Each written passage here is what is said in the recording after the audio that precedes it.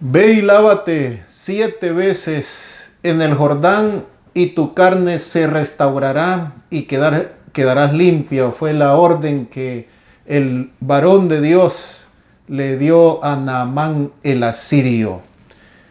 Vayamos a segundo libro de Reyes, al capítulo 5, y vamos a comenzar en el versículo 1. Dice la palabra del Señor: Naamán, general del ejército del rey de Siria, era gran varón ante su señor, en alta estima, porque por medio de él el Señor había dado salvamento a Siria.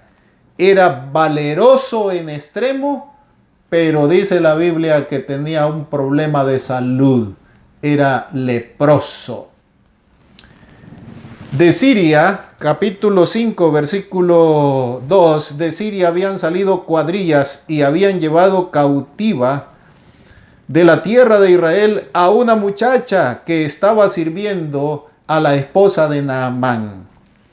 Ella le dijo a su señora: si mi señor rogase al profeta que está en Samaria, él lo sanaría de su lepra. ¿Cómo es posible? ¿Cómo es posible que una niña en una situación de, digamos, de servidumbre pudiera dar este mensaje creíble? Pero así es, no importa en qué situación nos encontremos, nosotros somos instrumentos en las manos de Dios siempre. Siempre somos instrumentos en las manos de Dios, no importa en la situación que nos encontremos. No importa, Dios nos seguirá viendo como instrumentos en sus manos. Y entonces dice la palabra de Dios que le creyeron a la niña. Dios hará la obra que nos crean, no importa en qué situación nos encontremos. Si hablamos y testificamos de Dios, Él hará que las personas crean a nuestro mensaje. Nosotros no podemos hacer que las personas crean. Lo que nosotros podemos hacer es hablar, no importa en qué situación y en qué circunstancias nos encontremos. Hablemos, hablemos, hablemos, hablemos, y Dios hará entonces lo que nosotros ya no podemos hacer. Y la niña estaba completamente convencida de eso. Por supuesto de que dice la Biblia de que en Israel habían muchos leprosos. Por supuesto que no habían sido sanados. ¿A qué se debía que no habían sido sanados? Bueno, esa es una pregunta que podemos contestar más adelante. También dice la Biblia que en los días del profeta Elías habían muchas viudas en los días de Israel, pero Elías no fue enviado a las viudas de Israel, sino a una viuda fuera del territorio de Israel. Podemos estudiar eso más adelante en otro estudio. Muy bien, ahora sigamos con nuestra lectura. Estamos en el capítulo 5 y el versículo 4. Naamán fue al rey y le contó lo que había dicho la muchacha de Israel, y el rey también le creyó a la muchacha.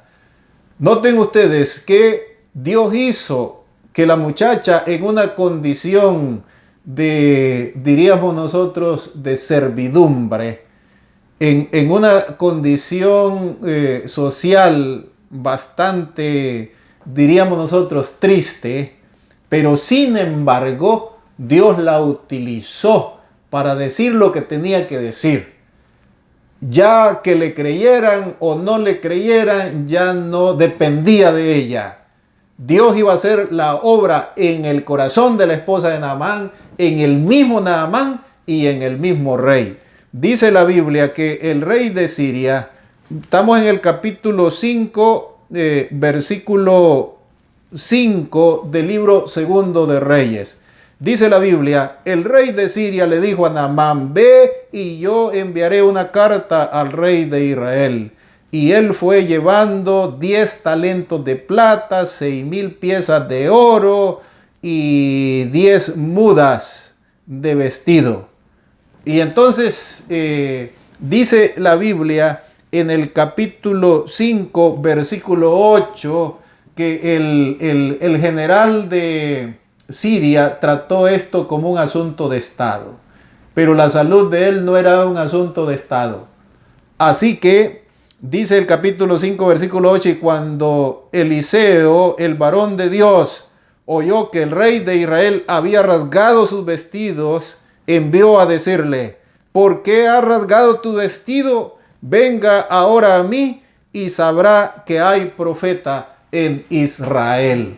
O sea que Naamán, acostumbrado a tratar asuntos de Estado, pensaba que su salud podía ser arreglada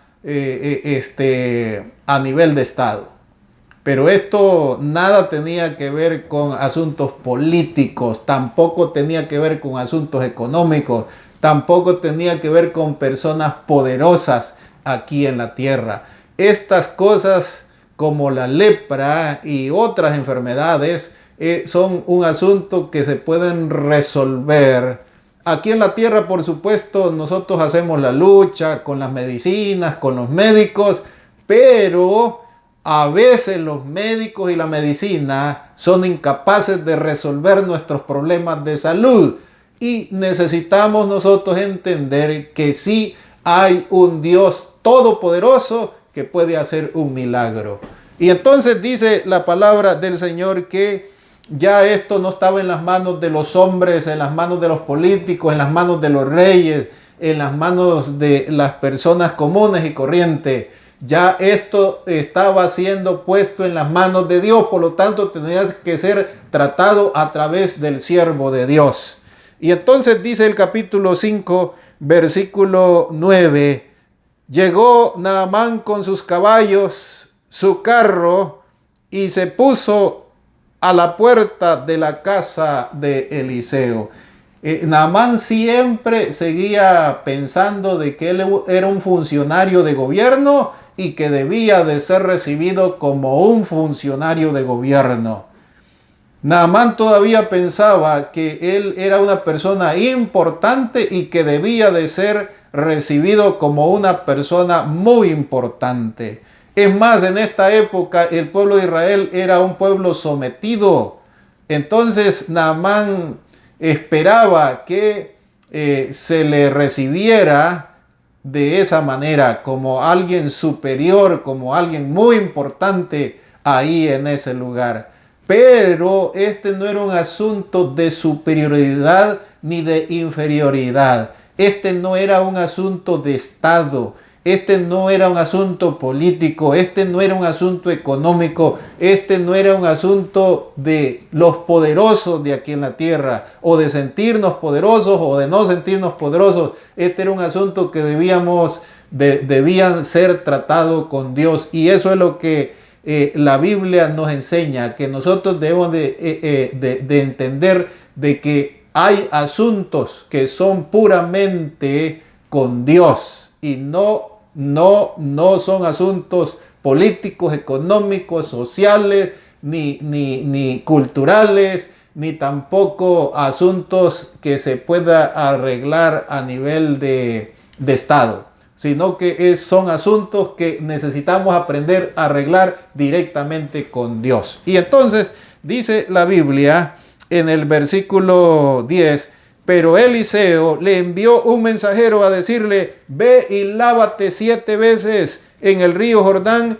y tu carne se restaurará y quedará limpio. Ahora, queridos amigos, queridos hermanos, ¿esto había sucedido alguna vez? ¿Este proceso, este procedimiento había funcionado alguna vez? No, nunca había funcionado este proceso. Este proceso de llevar a alguien enfermo y meterlo al río Jordán 7 veces y sanarse, ¿ya había sido hecho? Por supuesto que no. ¿Fue hecho después? Tampoco, porque este era una obra de Dios. Y el Señor decide cómo hacer su obra y qué herramientas, qué instrumentos va a usar, tanto de humanos como naturales. Él sabe y nosotros tenemos que aprender a someternos, a sujetarnos a lo que Dios diga, a lo que Dios decida. Y entonces dice la palabra del Señor, pero Naamán se fue enojado diciendo, yo pensaba. Nosotros siempre pensamos, siempre tenemos la debilidad de pensar que Dios va a hacer las cosas como nosotros pensamos. Siempre tenemos la debilidad de pensar que Dios va a actuar como nosotros queremos. Siempre tenemos nosotros la debilidad de pensar de que de acuerdo a nuestros planes, Dios va a hacer las cosas. Porque estamos acostumbrados a sentirnos nosotros muy importantes. Porque estamos acostumbrados a sentirnos nosotros muy poderosos. Pero Dios no procede, mi querido amigo, mi querido hermano, de esa manera. Dios procede de acuerdo a su soberanía. Y Él hace la obra en nuestras vidas en la forma como Él quiera, como Él estime conveniente, y debemos de aprender eso.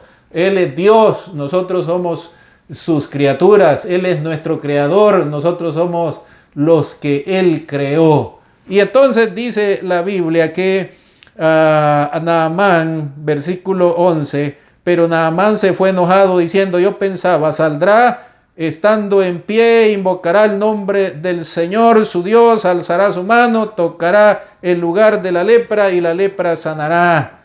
No hay mejores ríos allá en mi tierra. El orgullo a veces nos impide que la obra del Señor sea hecha de la manera grandiosa, poderosa, como Dios la quiere hacer. Hermano y amigo, sométase, sujétese a la voluntad del Señor. Si el Señor le ha dicho que obedezca, obedezca. No discuta con Dios. Él conoce, Él sabe mejor las cosas que usted y mejor que yo. Es necesario que aprendamos a someternos a Dios, porque Él es el que conoce, Él es el que sabe las cosas que nosotros no conocemos, las cosas que nosotros no sabemos.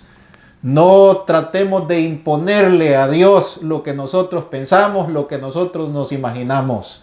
Dejemos que Dios obre según su gran poder, según su gran amor, según su gran misericordia, y lo que Él haga será lo mejor para nosotros. Y entonces dice que él decía, bueno, yo me voy a ir a lavar allá en los ríos que hay en mi tierra y allí me voy a sanar. No es así, no era así. El Señor había dado una orden y si él quería recibir la sanidad, tenía que hacerlo en el lugar y en la forma como Dios lo había mandado. Si el Señor te ha mandado a guardar el sábado, mi querido amigo, guárdalo, no discutas, guárdalo, sométete al Señor. Si el Señor te ha mandado a bautizarte, bautízate, no discutas, porque si discutes le das lugar al diablo en tu mente y en tu corazón. No discutas, el Señor te ha mandado a bautizarte en agua, te ha mandado a sumergirte. Y la forma es en el nombre del Padre, en el nombre del Hijo y en el nombre del Espíritu Santo. Entonces el Señor te ha mandado a sumergirte. El Señor ha mandado a bautizarte en el nombre del Padre, del Hijo y del Espíritu Santo. Hazlo de esa manera, porque de esa manera estás demostrando que crees en lo que Dios te ha mandado a hacer. Y cuando nosotros demostramos en lo que Dios nos ha mandado a hacer, el Señor hace la obra que nosotros no podemos hacer, su obra maravillosa, su obra poderosa que está siempre dispuesto a hacer. Y entonces dice la palabra del Señor que habían unos criados que andaban con él que le ayudaron, lo animaron. Es muy importante que nosotros animemos a las personas a obedecer a Dios. Es muy importante que nosotros animemos a las personas a bautizarse. Animémoslos a bautizarse. ¿Qué pierdes con bautizarte? ¿Qué pierdes con bautizarte? No pierdes absolutamente nada. Más bien estás obedeciendo, estás siguiendo una orden dada por el Creador del cielo y de la tierra. Bautízate, sumérgete, bautízate, sumérgete. Dios ha mandado a que te bautices. Eso fue lo que el Señor dijo, eso fue lo que el Señor ordenó, que se predicara el Evangelio y que se bautizara a todas las personas en el nombre del Padre, del Hijo y del Espíritu Santo. Si lo haces, entonces Dios va a hacer la obra milagrosa, la obra maravillosa que solo Él sabe hacer en tu vida y en la vida de tu familia. Tú solo obedece el mandato del Señor. Y entonces dice la palabra del Señor en el versículo 13. Estamos en 2 de Reyes capítulo 5 y el versículo 13. Entonces sus criados se llegaron a él y le dijeron: Padre mío, si el profeta te hubiera pedido algo difícil, ¿no lo harías? ¿Cuánto más si tan solo te dijo: lávate, lávate y serás limpio? Entonces él descendió, versículo 14, se zambulló 7 veces en el Jordán, conforme a la palabra del profeta, y su carne se volvió como la de un niño y quedó totalmente limpio. Dice la Biblia: el que creyere y fuere bautizado, ¿qué dice la Biblia? Será salvo. El que creyere y fuere bautizado será salvo. Querido amigo, querido hermano, ¿fue capaz Naamán de creer a la palabra de Dios a través del profeta? ¿Fue capaz? Al principio dudó. Al principio dudó, pero los criados le ayudaron. Los criados le ayudaron. Entonces, es posible que tú, al escuchar la orden del Señor de bautizarte, estés sintiendo lo que sentía Naamán. ¿Qué sentía Naamán? Que no era necesario hacerlo en el lugar y en la forma como Dios lo estaba mandando. Que él mejor lo iba a hacer en la forma como él pensaba, en la forma como él se imaginaba y en el lugar donde él pensaba que era mejor. No es así, mi querido amigo, mi querido hermano. Es en la forma y en el lugar donde Dios ha dicho que se haga. Ahí es donde debe de hacerse para que el Señor se pueda manifestar en tu vida de manera maravillosa, para que el Señor pueda hacer el milagro del cambio en tu corazón, en tu mente. Para que eso suceda, tienes que seguir las instrucciones del Señor. Bautízate por inmersión en el nombre del Padre, en el nombre del Hijo, en el nombre del Espíritu Santo. Y entonces sucederá el milagro. ¿Cuál milagro? El milagro de la limpieza espiritual, de la limpieza de tu mente, de la limpieza de tu corazón, de la limpieza de tus emociones, de la limpieza de tus sentimientos, de la limpieza de tus pecados.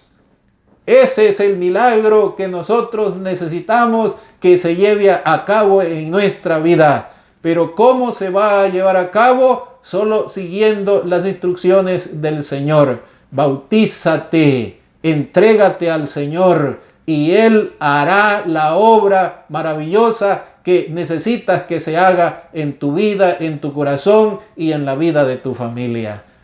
Si ese es el deseo de tu corazón, habla con un hermano, habla con el pastor de la iglesia y dile: yo quiero seguir las instrucciones del Señor. Quiero entregar mi vida al Señor a través del bautismo.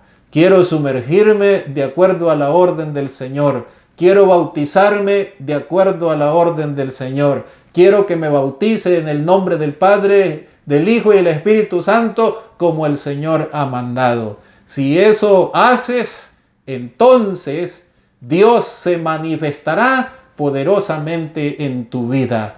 ¿Necesitas que Dios se manifieste poderosamente en tu vida?